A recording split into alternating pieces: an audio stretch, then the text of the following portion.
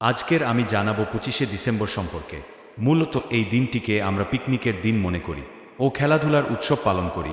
25শে December দিনটিকে আমরা বড়দিন হিসাবে পালন করি, তার কারণ এই দিনে প্রভু যিশু জন্মগ্রহণ করেছিল, তাই এই দিনে আমরা কেক খেয়ে থাকি। শুভ বড়দিন।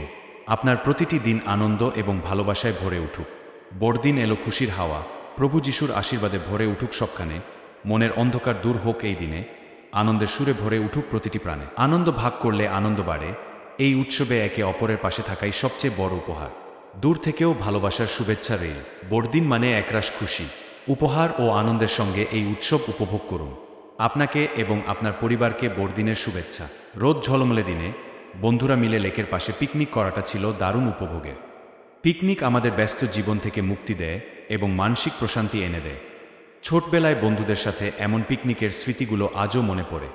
আমরা ও বনভোজন এর আয়োজন করেছিলাম। পিকনিক একটি আনন্দময় আউটিং, যেখানে মানুষ প্রকৃতির কাছাকাছি গিয়ে একসাথে খাওয়া দাওয়া, খেলাধুলা ও গল্প করে, যা পরিবার বা বন্ধুদের মধ্যে সম্পর্ক মজবুত করে এবং একঘেয়েমি দূর করে। আর আমার ভিডিও যদি আপনাদের ভালো লাগে, তাহলে আইটি জেদ বুদ্ধদেব ব্লগার ফেসবুক পেজটিকে অবশ্যই ফলো করে নেবেন।